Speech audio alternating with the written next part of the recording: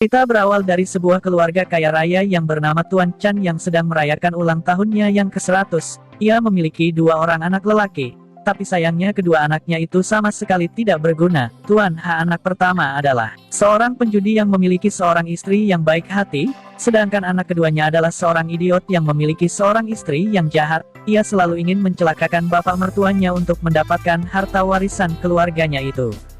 Tetapi semua usaha yang dilakukannya tidak pernah berhasil. Di hari ulang tahunnya yang ke-100, Tuan Chan merasa sangat sedih sekali karena Tuan Ha anak pertamanya mending memilih untuk berjudi daripada pulang untuk merayakan ulang tahun ayahnya itu. Ketika acara sudah selesai, Tuan Ha baru pulang dan itu pun membuat ayahnya marah sekali. Tuan Ha pulang dengan membawa sebuah hadiah jam vampir sebagai kado ulang tahun untuk ayahnya. Secara tidak sengaja, kado ulannya malah menjadi petaka untuk sang ayah yang mempunyai riwayat sakit jantung meninggal seketika karena terkejut. Menurut tradisi mereka di sana, ketika seorang meninggal tanpa membuat warisan, maka warisan itu otomatis jatuh ke tangan anaknya yang bungsu yaitu anak idiot itu. Tuan Ha sangat kesal karena semua harta warisan keluarganya itu jatuh ke tangan adik idiotnya, sedangkan Tuan Ha dan istrinya hanya diberikan sebidang tanah, sebuah rumah gubuk, dan seekor sapi tua. Di malam itu, Tuan Ha dan istrinya bertengkar hebat dan saling menyalahkan.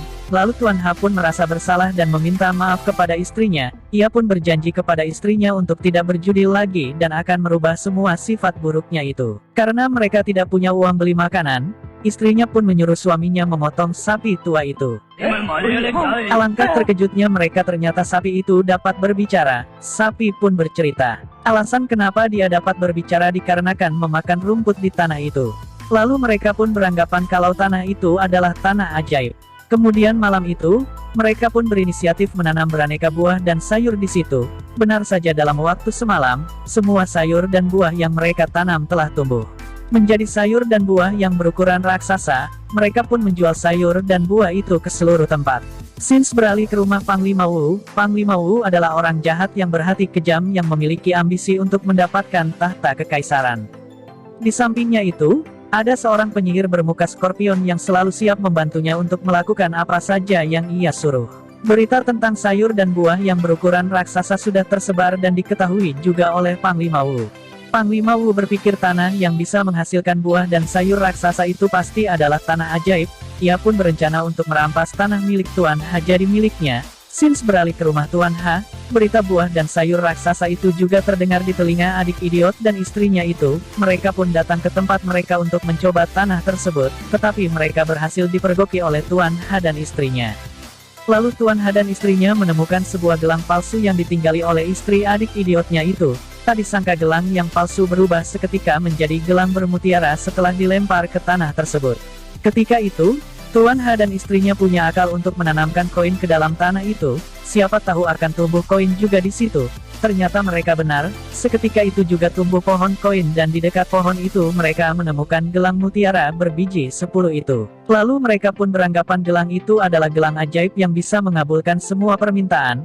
Tak disangka, percakapan mereka berdua didengar oleh adik idiot dan istrinya. Mereka pun berencana untuk merebut kembali gelang tersebut. Saat Tuan Ha dan istrinya lagi berdebat tentang permintaan yang akan dikabulkan oleh gelang tersebut, tiba-tiba adik idiot dan istrinya pun sudah berada di sana untuk merebut gelang mutiara itu. Setelah saling berebutan, akhirnya gelang itu terbagi menjadi 2 bagian. 5 biji di tangan Tuan Ha dan 5 biji di tangan adik istrinya. Waktu adik idiot dan istrinya mau kabur, tiba-tiba datang pasukan Panglima yang juga ingin memiliki gelang ajaib tersebut. Waktu Panglima Wu meminta paksa untuk mengeluarkan gelang mutiara tersebut, lalu istri idiot itu pun menukar gelang mutiara dengan gelang yang palsu. Melihat kejadian itu, Tuan Ha pun harus terpaksa menelan gelang mutiara yang tersisa 5 biji itu, sedangkan istrinya yang kabur melarikan diri itu berhasil merebut sisa gelang 5 biji dari tangan istri adik idiot dan menelannya. Singkat cerita, Tuan Ha ditangkap dan dibawa ke kediaman Panglima Wu. Setelah mengetahui Tuan Ha menelan gelang mutiara itu, Panglima Wu langsung menyuruh orang untuk membelah perut Tuan Ha, namun tiba-tiba perut Tuan Ha membesar dan melahirkan 5 anak ajaib di kediaman Panglima. Bersamaan itu, istrinya juga melahirkan 5 anak ajaib di jalan. Mereka semua mempunyai keajaiban dan kekuatan masing-masing, ada yang pandai bertarung, Ada yang bertubuh elastis, ada yang bertubuh kuat dan besar, ada yang bertubuh sangat tinggi, dan anak kecil yang lucu yang banyak akalnya. Sedangkan istri Tuan Ha melahirkan 5 orang anak ajaib juga. Mereka mempunyai keajaiban dan kekuatan seperti si mata ajaib, si telinga ajaib, si pengali tanah ajaib, si mulut besar dan si menangis. Lalu istri Tuan Ha pun menyuruh anak-anaknya untuk menyelamatkan ayah mereka yang ditangkap oleh Panglima Wu. Since beralih ke kediaman Panglima Wu, Tuan Ha yang habis melahirkan anaknya pun dikurung dalam penjara. Sungguh kasihan, 5 anak ajaib yang dilahirkan oleh Tuan Ha malah dipelihara seperti layaknya seekor anjing. Mereka makan dan minum seperti anjing dan mereka juga tidur di kandang anjing. Tuan Ha sangat bersedih karena 5 anak yang dilahirkannya itu malah mengira Panglima Wu sebagai ayahnya. Pada suatu ketika, istri Tuan Ha mengajak 5 anak ajaib itu keluar jalan-jalan. Bersamaan itu, Panglima Wu juga membawa 5 anak ajaib yang lain keluar jalan-jalan. Tapi di perjalanan, Panglima Wu diserang oleh sekelompok orang.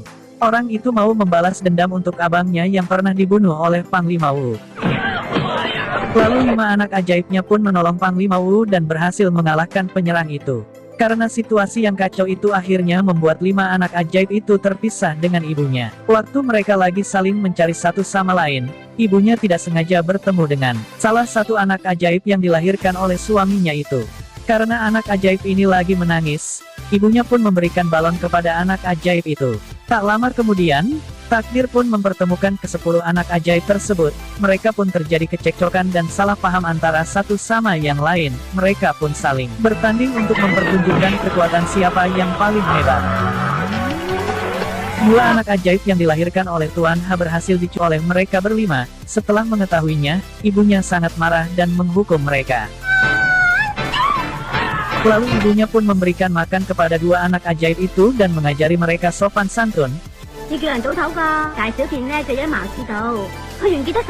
Kebaikan seorang ibu telah menyentuh hati kedua anak ini, mereka pun bersedia membantu mereka untuk membebaskan ayahnya dari penjara. 2 anak ajaib itu sengaja membawa Panglima Wu ke tempat lain agar ibu dan 5 anak ajaib itu bisa menyusup masuk ke kediaman Panglima untuk menyelamatkan ayahnya.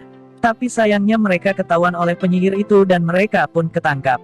Semuanya, akhirnya 10 anak ajaib itu pun berkumpul semuanya dengan ayah dan ibu mereka. Di sini 5 anak ajaib yang dilahirkan oleh Tuan Ha akhirnya sadar kalau Panglima Wu bukanlah ayahnya. Ke-10 anak ajaib itu pun bertarung melawan anak buah Panglima Wu dan mereka pun saling tolong-menolong satu sama lainnya. Atas kelicikan Panglima Wu, akhirnya mereka tertangkap dan masuk ke dalam poci besar yang panas itu. Di sini untung ada si bungsu yang tukang menangis. Ia menangis sampai air matanya memenuhi poci tersebut. Sehingga mereka bisa keluar dari poci itu. Lalu mereka bertarung kembali dengan Panglima Wu dan berhasil melumpuhkannya. Tapi, tiba-tiba, sebuah pedang dari Panglima Wu menusuk ke tubuh ayahnya. Ternyata Panglima Wu masih hidup. Melihat kejadian itu, salah satu anak ajaib pun menendang Panglima Wu masuk ke dalam poci besar dan modar.